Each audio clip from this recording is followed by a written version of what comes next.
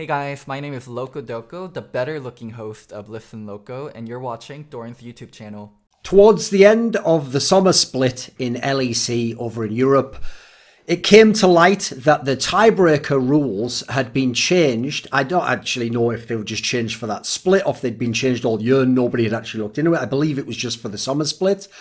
And the difference is, whereas in the past you'd go by like win-loss record, specifically if you beat that person head-to-head, these were different ways to break ties within the league, or you would just outright play ties.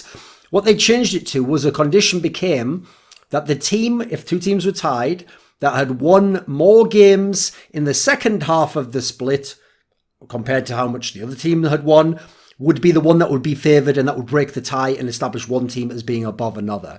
Now, this is a rule change that I can see why it was done, but I actually don't think they thought through the consequences or the many possible permutations and problems that could arise passively or actively when people became aware of this. So, for example, a team like G2 highlights very well one of the problems with this kind of a rule change, which is that when you have two teams down, and obviously the ties that we're most concerned about breaking are the teams who might be tied for a playoff spot, as happened with Origin, Rogue, I think one other team maybe, around that point in time, Vitality I think. In this scenario, you don't want a team like G2, who is number one in the league, has nothing to play for, they're guaranteed a top 2 seed. At one point in time towards the end, they're guaranteed the number 1 seed. You don't want the team, basically, that's winning a lot to potentially troll when teams 5, 6, and 7 might be in a battle for their lives just to see who makes playoffs and therefore has a chance at Worlds, right? Remember, it's not just about making playoffs. Playoffs in summer, because summer was heavily skewed to be more important than spring, massively impacts whether or not you will make Worlds or where you'll be or if you'll be in a gauntlet, etc. Especially because there was actually, I think, one less spot in the gauntlet now. Then you've got to look on the other end of the equation. What about the teams that are 9th and 10th? Well, sometimes you'll have a team who's 10th, SK in this particular case, who also can no longer make the playoffs. They have nothing left to play for either. Now they might troll. Now they might not try their hardest. They might not try their hardest even if they actually consciously try, because unconsciously they know nothing to play for. Your back's out against the wall. There's no glory really to be gained beyond personal satisfaction and winning this particular game. So you get the teams that are outside of the tie and the teams that are below where the tie is, above or below, who basically have no incentive to play properly, and yet these games matter more than the ones before.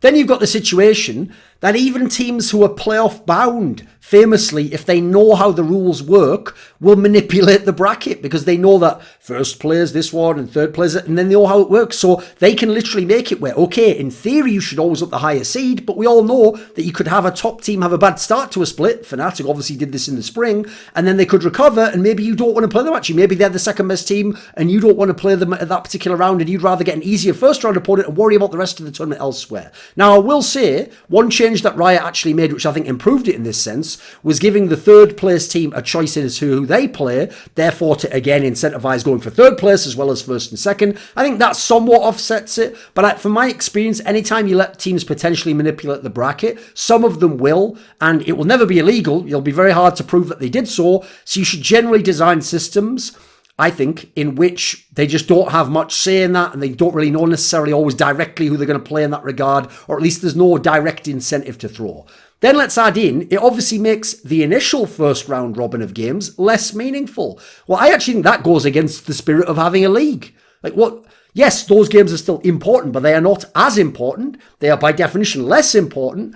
And yet, what if I start the split and I adapted to the meta instantly and I innovated a load of shit? And then by the second round robin rotation, teams come along who copy what I do, and either that lowers my edge or they just execute it slightly better. Why does them doing that give them an extra advantage and I get punished for having my wins earlier in the league? Surely we're playing each set of teams twice.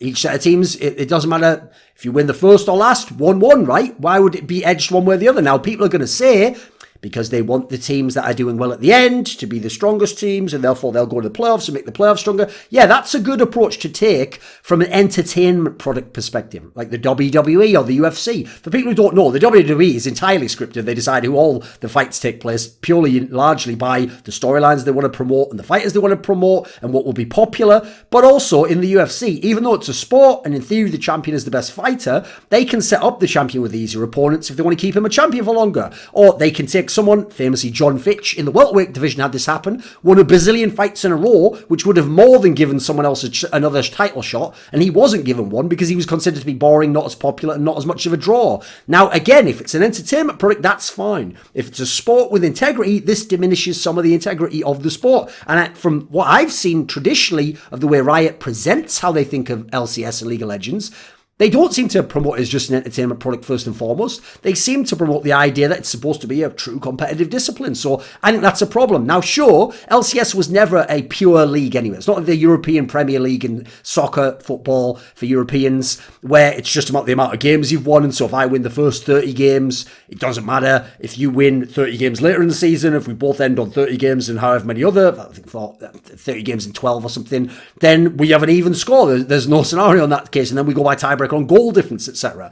Now, true, LCS was always a hybrid approach like the NBA or NFL, where the regular season does set you up for the playoffs. But even so, I think it gives an undue advantage, or an advantage where I don't necessarily see why there should be one, to the teams that just happen to win the second set of games.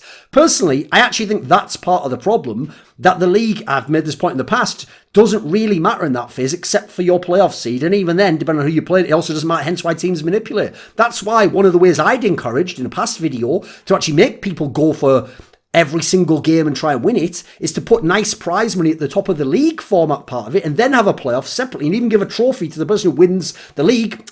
Compare it to the President's Cup in the NHL. The team with the most points wins that, even though they don't necessarily then go on to win the actual NHL Stanley Cup itself. That depends completely separately because playoffs is different to regular season. I think that would be a really great approach myself. So, for example, one of the reasons I even thought of that was one of my all-time favourite underrated underdog teams was the Season 4 Spring SK Gaming lineup. The one that was, yes, N-rated and Svenskeren and others. This is before everyone remembered how good Svenskeren was again. And this is actually back when N-rated was supposed to be washed up, and it was a budget lineup that they made. And amazingly, this is before they had Forgiven, a year before they had Forgiven. It's actually part of why Forgiven wanted to go there. Their lineup managed to finish first place in the regular split. And this was a split that had the champion Fnatic in it. It had the new Alliance Super Team. It had Gambit Gaming still with their classic lineup. All these different teams. It had Roccat, who just came in the league and was starting to tear shit up. But you know what? The team that finished first place in the regular split was SK Gaming. Now, they weren't going to win the league. They weren't a good enough team. They weren't a good enough team over the series. But what a great performance that is. And so just as Leicester got to win the English Premier League, but if you'd have put them into a playoff bracket, probably wouldn't have won a championship. They wouldn't have won the Champions League, I'm almost certain. Why are we only acknowledging one type of a performance and ability? I'd like the idea we can acknowledge both. Now, one of the reasons I also think it's relevant to bring up this tiebreaker problem, in my opinion a problem obviously, is EU traditionally has been treated as more of a testing ground of different formats and different rule sets and different approaches, and then potentially you transport them over to LCS. So this might be something that comes to the LCS in the future, and I personally think it's a step too far. I don't mind the summer split being slightly more weighted. I get that. You want the teams that were good in the summer split to go into Worlds. But I think this is too much to take even the summer split and then sort of do, yes, a small weighting. It's not like if you win 10 games in the second rotation but 0 in the first one, then you get to go ahead of someone who won 11 games total. Yeah, it's not ridiculous, but I still think it's mildly too weighted, and for many of the reasons I outlined here. This video was kindly supported by Alexander Rao, Blunt Smoking Anus Destroyer, Dane Cuskley, Dean Tanglis, Chi Mao, JDubs, Mohammed, Alabdul, Razzaq, NateDOhDoubleG, Patrick Ribeiro, Tobias Bernasconi, Who the Fuck is Viathan, and special thanks always goes out to Jerky's Minion. Would you like to suggest a topic or a guest for my content? Would you like to ask me a question for my monthly video AMA? Do you want teasers for upcoming content that I've got? Do you want to take part in a discussion with me? Well, if you would like any of these perks or to support my work, put your money where your mouth is and join the Scrilluminati today at the Patreon link in the description box below.